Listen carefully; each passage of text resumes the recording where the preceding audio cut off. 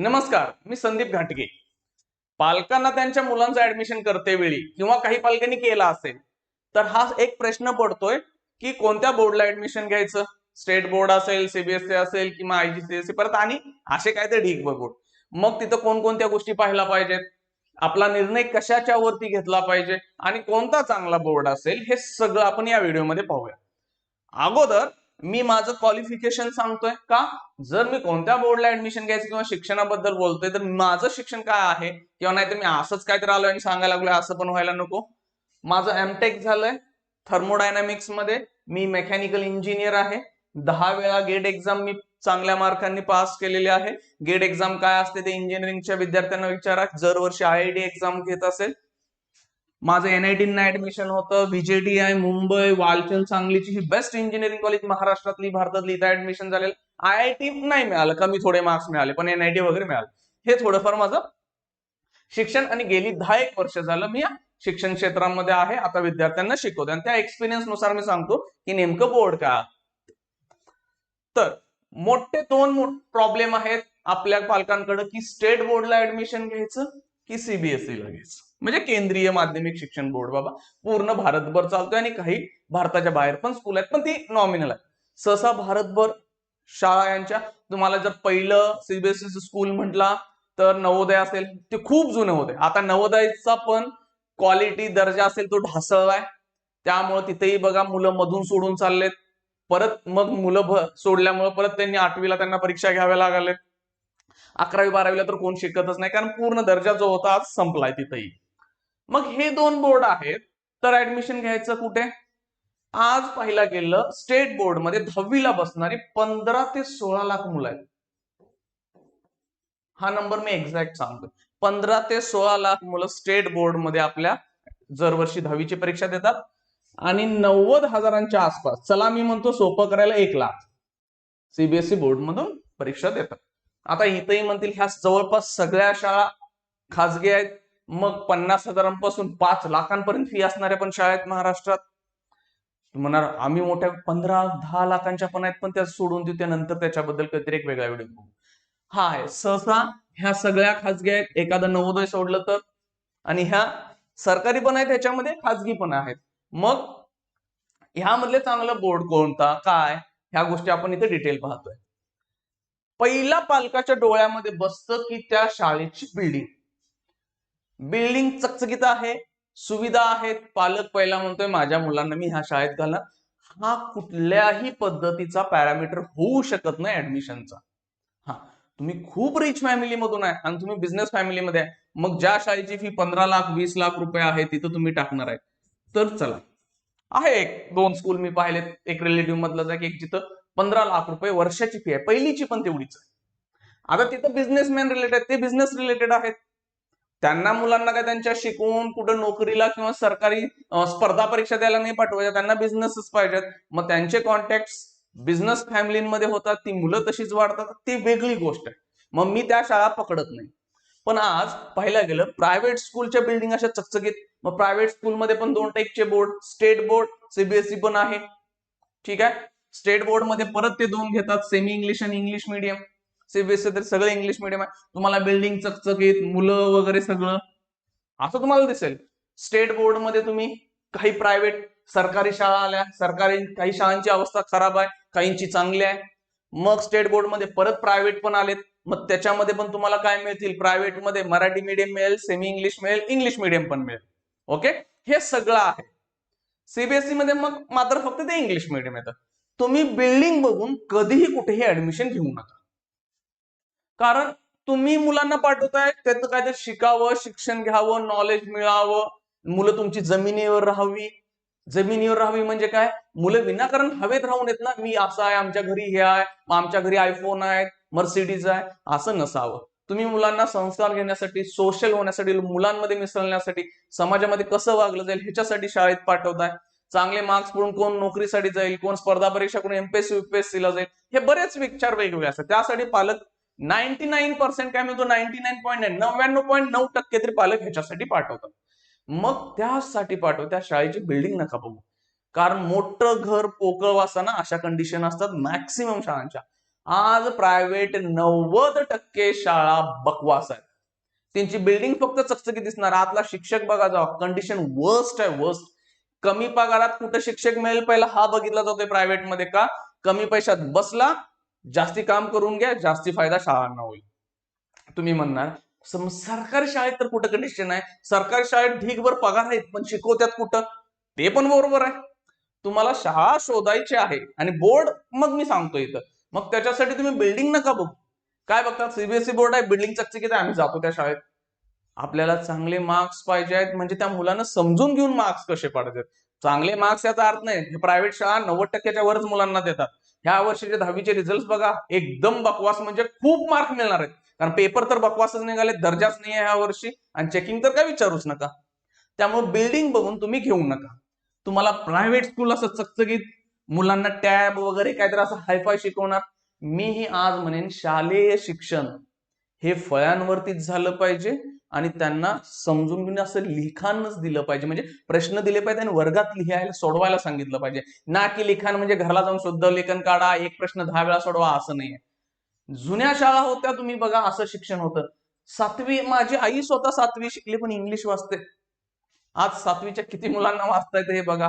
मी जुनी लोक जी 10वी वगैरे झाले ती मॅट्रिक झाले म्हणतात ना, माहिती ना, मॅट्रिक पर्यंत शिकलोय बाबा मी, भले नापास झालोय म्हणतील किंवा काय, पण ती चांगलं वाचतात, चांगल्या गोष्टी त्यांना येत आहेत.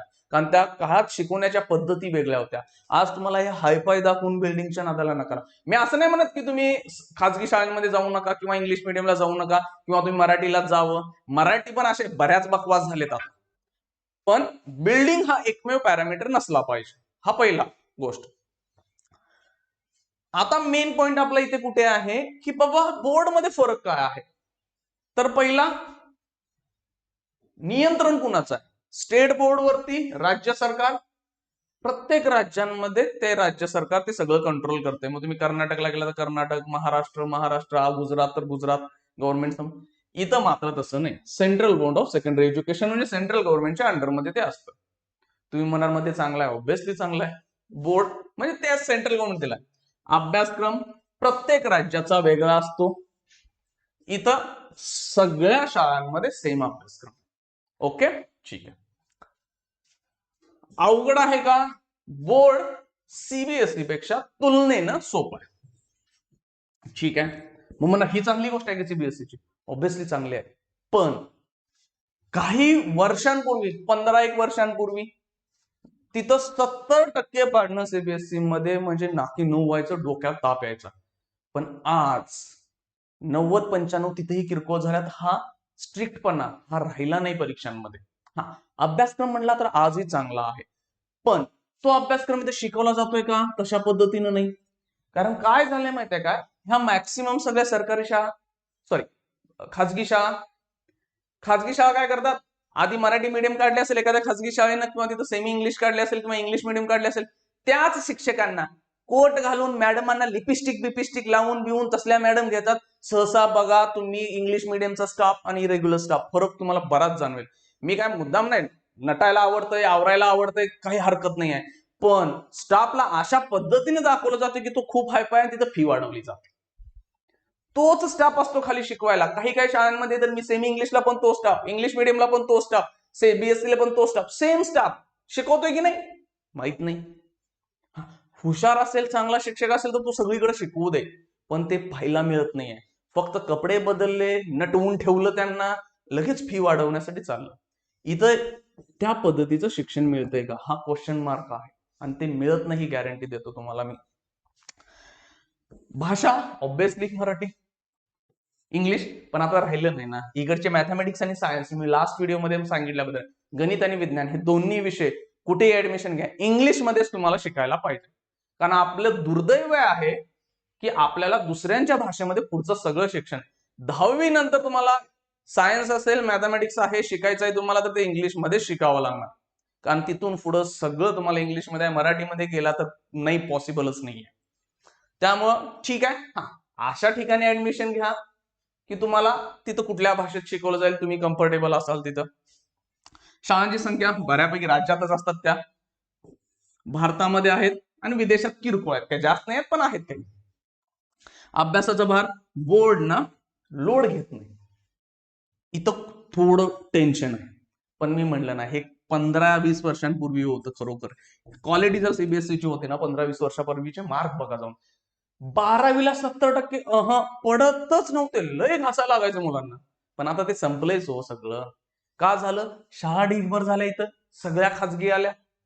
मग खाजगीवाल्यांना पैसे काढायचे आहेत आणि पैसे काढायसाठी मग काय मार्क द्यायचे आहेत. मार्कच मुलांना इतके द्यायचे की पालकच खुश झाला पाहिजे, विचारा आलाच नसला पाहिजे की काय चाललंय, काय झालंय. त्यामुळं तुम्हाला सीबीएसई स्कूलमधली जर बेस्ट स्कूल मिळाली तुमच्या एरियात, म्हणजे ते व्यवस्थित शिकवतात, तिथल्या शिक्षकांचं एज्युकेशन बघा, क्वालिफिकेशन बघा, एक्स्ट्रा काय केलंय काय बघा, मग जर तुम्हाला तशी मिळते तर बिंदास चाल. आणि नाहीतर नुसतीच कुणीतरी काढल्या त्यांच्या तिकडे सगळंच आहे असं म्हणायला गेला तर मी जाऊ नका, क्लिअर सांगेल. पुढचा पॉइंट आहे की आता ह्यामध्ये फायदे सांगतो. पहिला फायदा ना, बोर्ड इझी आहे. तुम्ही म्हणा आणि हा थोडा डिफिकल्ट आहे ऑब्विसली. ह्याचा फायदा म्हणा आम्ही अवघड शिकतो की नाहीये. कारण आज 11वी-12वीला पुढे मी बघितलं तर सगळी मुलं इकडे येतात. कारण का? हा विनाकारणाचा सिलेबस जास्ती दिलाय 11वी-12वी मध्ये तरी. आणि त्या मार्कांवरती 12वीच्या बोर्डच्या मग कुठलाही असो तिथे ऍडमिशन होणार आहे का हो? नाहीये. तिथे एंट्रन्स आहेत, सीईटी, JEE, नीट. स्कूलमध्ये सांगतो, स्कूलमध्ये त्या लेवलचा असेल टीचिंग तर निवड. पण मी म्हणतो, मी ज्या स्कूल्स पाहतोय 100 मधनं एकाच दुसरी शाळा चांगल्या आहे. जर 100 तुमच्या सीबीएसईच्या शाळा पकडला, त्यात एकाच दुसरी शाळा निघते ठीकठाक घेणारी, बेस्ट घेणाऱ्या मग त्या हजारात मिळतील तुम्हाला. एक जिल्ह्यात एखादी सापडली तर सापडेल, कुठंतरी कोपऱ्यात असेल तर. आणि त्यांच्या फी मग परवडणाऱ्या नाहीये. 1.5 लाख 2 लाख का? ते म्हणतात आम्ही चांगले स्टाफ आणलेत, चांगली लोक आणलेत. मग ते म्हणतात आम्हाला तेवढा पगार द्यायचा आहे, आम्ही त्या फॅसिलिटी द्यालोय. मग 1.5-2 लाखाच्या खाली वर्षाची फी नाहीये तिथं. 10, 15, 20 हजारांमध्ये तुम्हाला सांगतात की आम्ही हे शिकवायला लागलोय किंवा ते करायला लागलोय. थोडासा विचार करा का मग शिक्षक कुठल्या पद्धतीचे आहेत ते होतं. जर तुम्ही टीचरची क्वालिटी पाहून बोर्ड ठरवला पाहिजे.